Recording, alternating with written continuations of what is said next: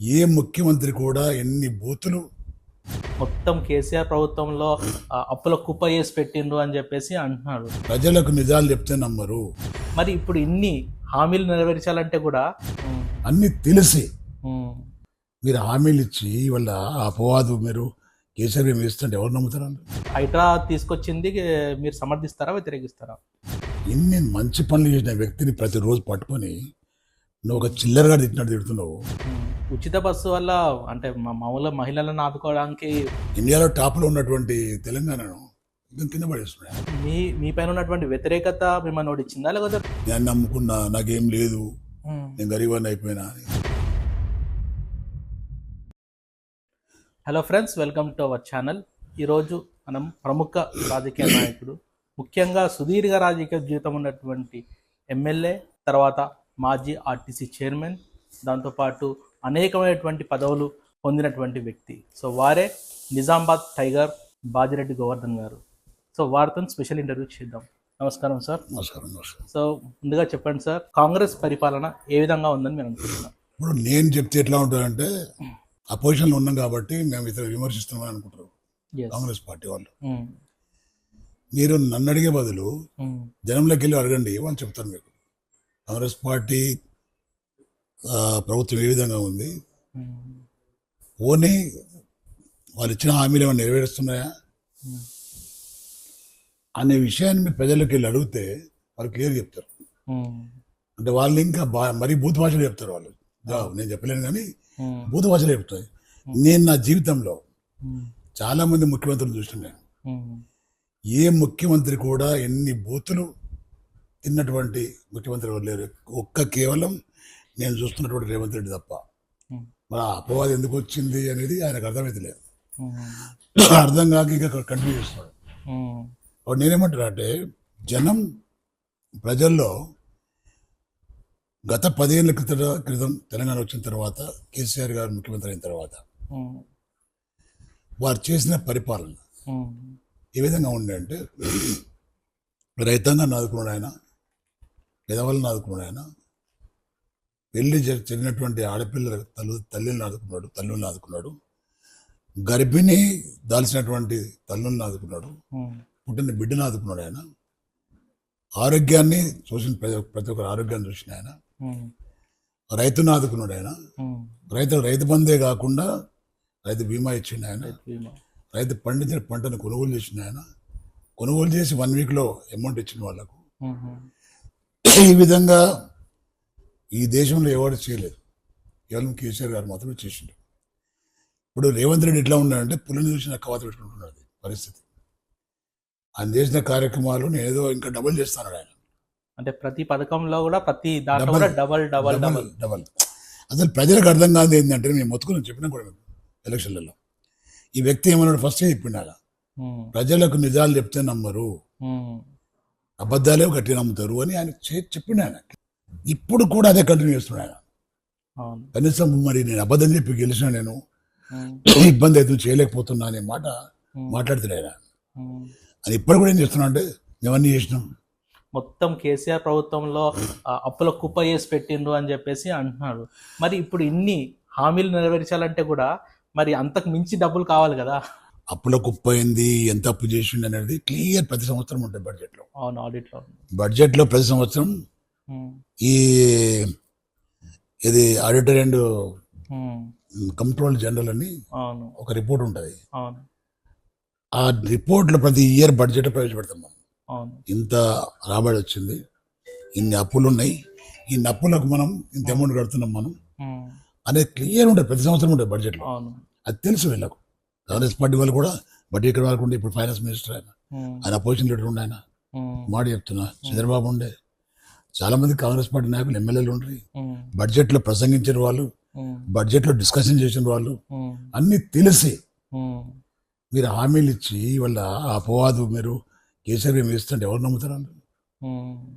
ఎప్పుడైనా కేసీఆర్ బడ్జెట్ లేదు, డబ్బులు అన్నాడా? కరోనా పీరియడ్లో కూడా వచ్చాడు ఆయన. కరోనా పీరియడ్లో ఆదాయం లేకున్నా జనానికి ఆదుకున్నాడు ఆయన. మనల్నే కాదు, ఇతర ప్రాంతాలకు వెళ్ళి వచ్చి హైదరాబాద్లో మన నగరాన్ని నిర్మిస్తున్నటువంటి కార్మికులను ఆదుకున్నాడు ఆయన. వెళ్ళడానికి ట్రైన్లు వేసిండు ఆయన వాళ్ళకు ఉమ్, రాష్ట్రంలో వెళ్ళడానికి, అవును మళ్ళీ రావడం ట్రైన్స్ వేసిండు ఆయన. అవును ఇన్ని మంచి పనులు చేసిన వ్యక్తిని ప్రతిరోజు పట్టుకొని నువ్వు ఒక చిల్లరగా తిట్టినట్టు తిడుతున్నావు. ఉమ్. జనం అర్థమవుతలేదా? అర్థమవుతుంది ప్రజలు.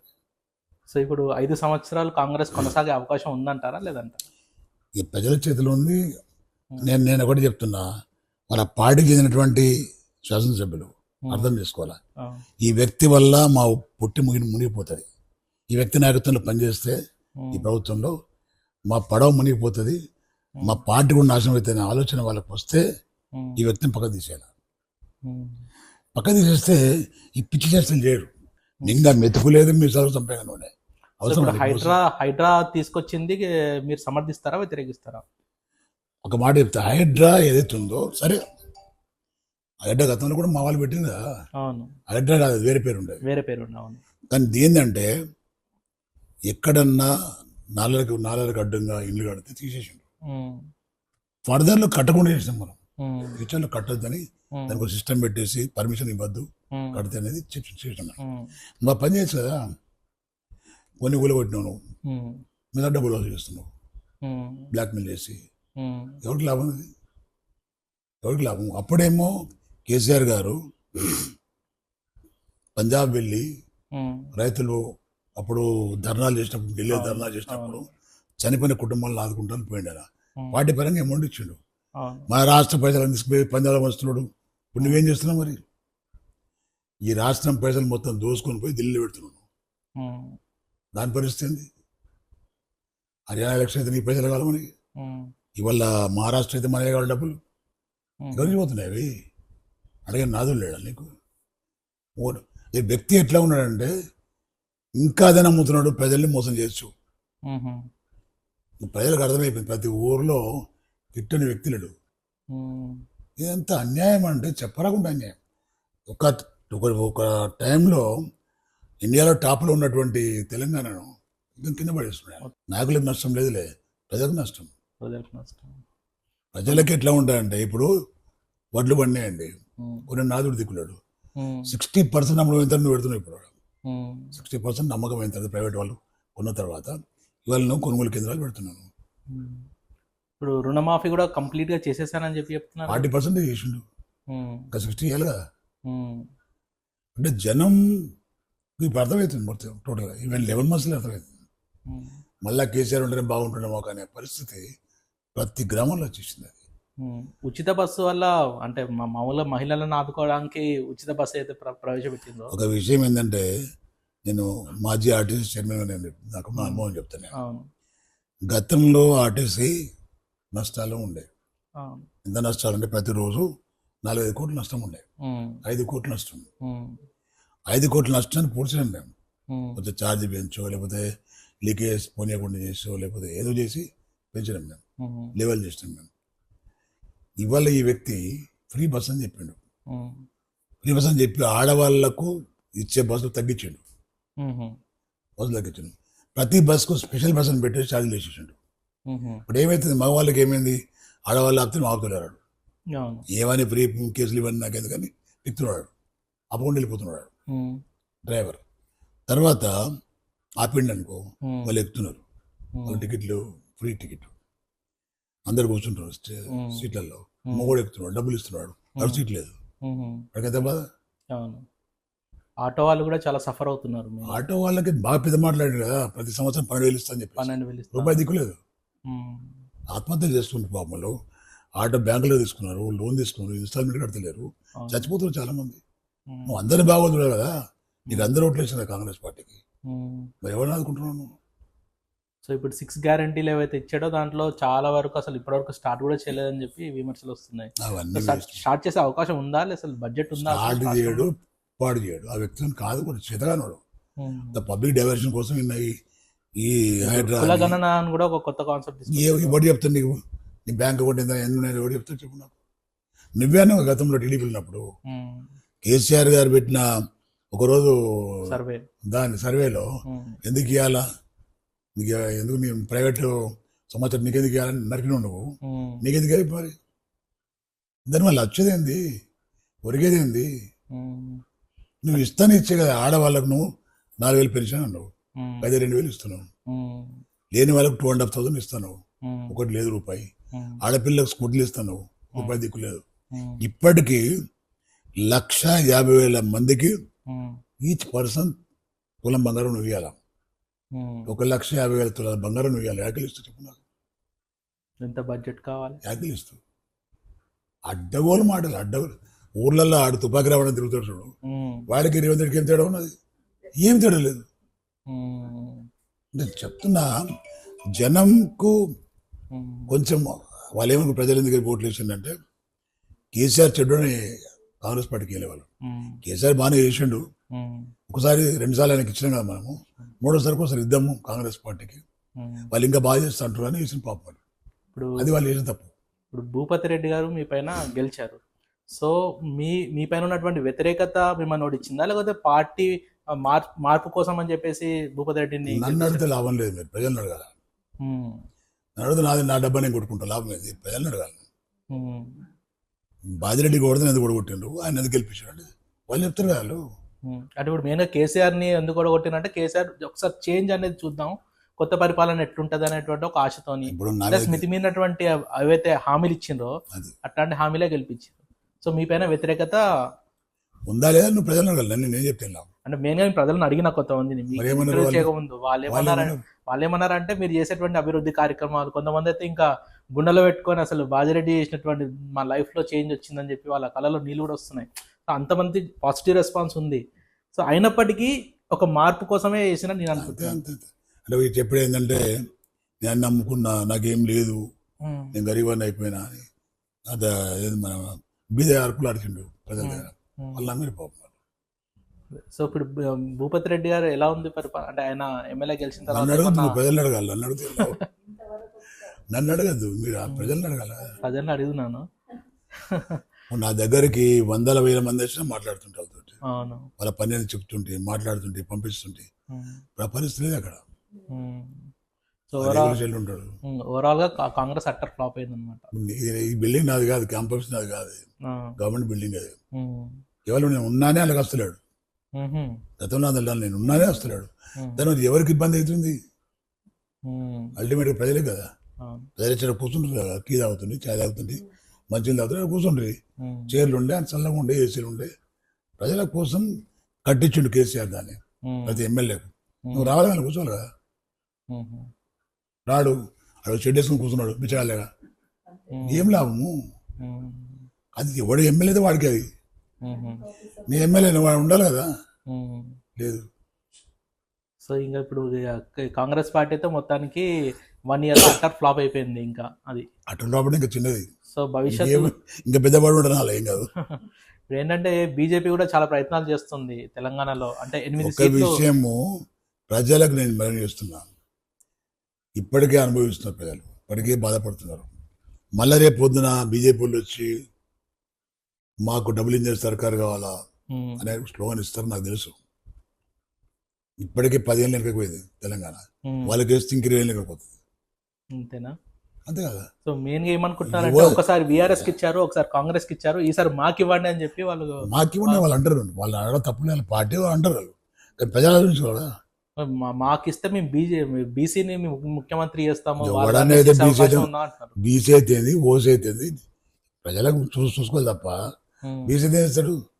బీసీ అయితే బ్రాహ్మణులకు ఏమి ఇవ్వకుండా, రెడ్డిస్కి ఏమి ఇవ్వకుండా, ఇంకెవరికి ఇవ్వకుండా కేవలం ఒకరికి ఇస్తారంటే బీసీలకు. ఎస్టీలకు ఇవ్వాలా, ఎస్టీలకు ఇవ్వాలా, బీసీలకు ఇవ్వాలా, ఓసీలకు ఇవ్వాలి కదా. ముఖ్యమంత్రి అంటే అందరికీ ఏ ముఖ్యమంత్రి ఉండే. ఇప్పుడు ప్రధానమంత్రి బీసీ ఉన్నాడు, అవుతున్నాడు, కానీ ఏమైతే చెప్పు నాకు, ఏం లేదు. సో మెయిన్ కేంద్రం నుంచి కూడా చాలా పథకాలు వస్తున్నాయి, చాలా అభివృద్ధి జరుగుతుంది బీజేపీ వాళ్ళు చెప్పుకుంటున్నారు. ఇప్పుడు ఈ అమ్మ ఉంది, ఏమైనా అనుభవిస్తున్నామా? కేంద్రం నుంచి పథకం వచ్చేది ఏమన్నా? ఎవరికి లేదు. అలా కార్యకర్తలు తెలుసు, వాళ్ళకి తెలుసు, అంతే. అంతేనా? ఏం లేదు. సో కేంద్రం నుంచి 2 మంత్రి పదవులు ఉన్నాయి మనకి ఇప్పుడు, కిషన్ రెడ్డి అని బండి సంజయ్ మరి ఏమైంది? అయినప్పటికీ ఏమి జరగట్లేదని చెప్పి ఒక మాట. పార్లమెంట్ ఎలక్షన్ నేను పోటీ చేసినాను సరే, ఆ డిపాజిట్ మీద వేరే విషయం. జనంలోకి వెళ్ళి ఏమన్నాడు, నేను అంతకుముందు ఏమన్నాడు, నేను 10 పోటీ తీసుకొస్తాను చెప్పాడు. షుగర్ ఫ్యాక్టరీ ఓపెన్ చేస్తానని చెప్పాడు. 5 అనేది చేయలేదు. మళ్ళీ ప్రజలు ఎందుకు ఇచ్చిన ఓట్లు? మళ్ళీ దాన్ని ఊసేస్తున్నాడు. ఇప్పుడు బీజేపీ క్యాండిడేట్ లేదు. జిమ్లో ఎక్సర్సైజ్ చేసుకుని కూర్చున్నాడు ఇప్పుడు. అంటే మోడీని చూసి వేయండి ఓటు, మోడీని చూసి వేయండి అని ఓటు అని చెప్పి చెప్తున్నారు. ఆ మోడీని చూసి ఓట్లు వేసినామని వాళ్ళకి ఏమొస్తుంది చెప్పు నాకు. జనానికి ఏమైనా వస్తుంది మనకి? సో మెయిన్గా కాంగ్రెస్ పార్టీ కానీ బీజేపీ పార్టీ అని ఈ రెండు కూడా తెలంగాణకి అవసరం లేదు, టీఆర్ఎస్ఏ మళ్ళీ రావాలని చెప్పి ప్రజలలో కూడా మార్పు వస్తుంది అంటున్నారు. ప్రజలు అంటున్నారు, మేం కాదు. యూట్యూబ్ చూసి ప్రతిదాలా మా కేసీఆర్ నాయముడి వ్యక్తిగా అంటున్నారు. ఇద్దరు ఒకటే. ఇప్పుడు బండి సంజయ్ స్టేట్మెంట్ ఇస్తాడు. నేను ఒకటి అడుగుతున్నా, రాష్ట్రంలో కాంగ్రెస్ ఉంది గవర్నమెంట్, కేంద్రంలో బీజేపీ ఉంది. ఇద్దరు కలిసి బీఆర్ఎస్ ఎందుకు తిడతారు కోట్లు? ఏమవసరం వాళ్ళకు?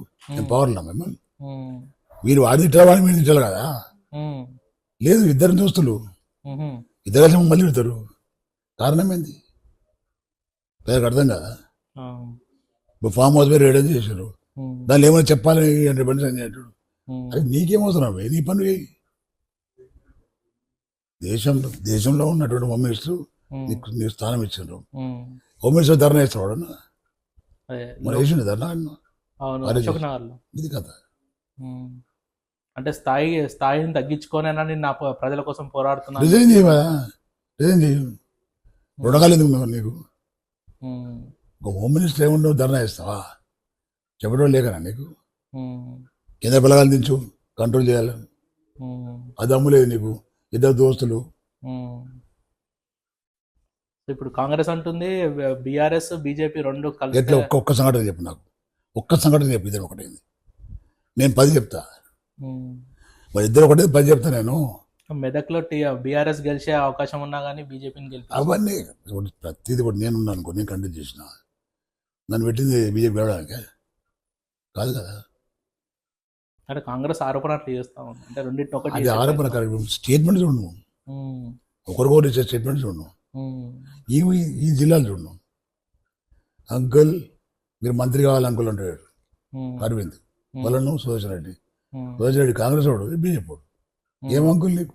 ఏం సంబంధం నీకు? ఏంది అది? అంటే కాంగ్రెస్ నుంచి ఆఫర్లు వస్తున్నాయి మీకు? వాళ్ళకు నాకు ఎందుకు వస్తాయి? నాకేం అవసరం? వచ్చేది నేను పోను. ఎందుకు వాళ్ళు? నేను నాకేం తక్కువ ఇచ్చింది బీఆర్ఎస్ పార్టీ? నాకు 3 times టికెట్ ఇచ్చింది ఎమ్మెల్యేకు. 2 సార్లు గెలిచిన నేను. పార్లమెంట్ కూడా ఇచ్చింది నాకు, అద్దన్న కానీ. ఎందుకు వాళ్ళ? నాకేమన్నా జరిగిందని ఎందుకు వాళ్ళు? నేను ఇంకా పోచారం శ్రీనివాస్ రెడ్డి లాంటి వాళ్ళు కాంగ్రెస్ శ్రీనివాస్ రెడ్డి మీకు కూడా ఏదైనా రాజ్యసభ ఆఫర్ ఇస్తే మీరు వెళ్తారా? ఏం అవసరము? ఇప్పుడు శ్రీనివాస్ రెడ్డి పోయాడు, కాంగ్రెస్ పార్టీ పోయాడు, వ్యవసాయ శాఖ అడ్వైజర్ అయ్యాడు సీఎం దగ్గర. ఇప్పమని కదా పాపం రైతు బంధును. అడ్వైజర్ కదా, సలహాదారు కదా. సలహా ఇవ్వమని చెప్పి సీఎంకు. అరే మేము మా పార్టీ ఉన్నప్పుడు రైతు బంధు ఇచ్చినాం, మేము మా పార్టీ కొనుగోలు కేంద్రాలు పెట్టినాం, మేము రైతు ప్యాడీ కొన్నాం, మేము చెప్పుకున్నా. చెప్పే ధైర్యం లేదు. ఇప్పుడు అక్కడికి వెళ్ళిన ఎమ్మెల్యేలు కూడా ఎందుకు వెళ్ళినాం రా బాబు అనుకుంటున్నట్టు 100% బాధపడుతున్నారు వాళ్ళు. స్టార్టింగ్ లో ఏదో అనుకుని వెళ్ళారు కానీ ఇప్పుడు అందుకే ఆగిపోయారు అనమాట. ఇప్పుడు పోయినోడు కూడా అడగలడు, ఇడగలడు, రాడు, అడగలడు. ఈ మొత్తానికి కాంగ్రెస్ కౌంట్ డౌన్ స్టార్ట్ అయింది అంటారు మీరు? 100%. సో ఎప్పుడు ఎన్నికలు వచ్చినా కానీ మీరు మాత్రం సిద్ధంగా ఉన్నారు? 100% మేము గెలుస్తాం కూడా. 100% నేను గ్యారంటీ చెప్తున్నా. సో సార్, మీరు ఇంకా భవిష్యత్తులో మంచి మంచి సేవ చేయాలని తెలంగాణకి, ఎస్పెషల్లీ నిజామాబాద్లో ఏదైతే అభివృద్ధి కార్యక్రమాలు చేశారో ఇంకా బాగా మంచి పేరు రావాలని, మంచి ఉన్నత పదవికి రావాలని మనస్ఫూర్తిగా కోరుకుంటున్నాను. Thank you very much sir.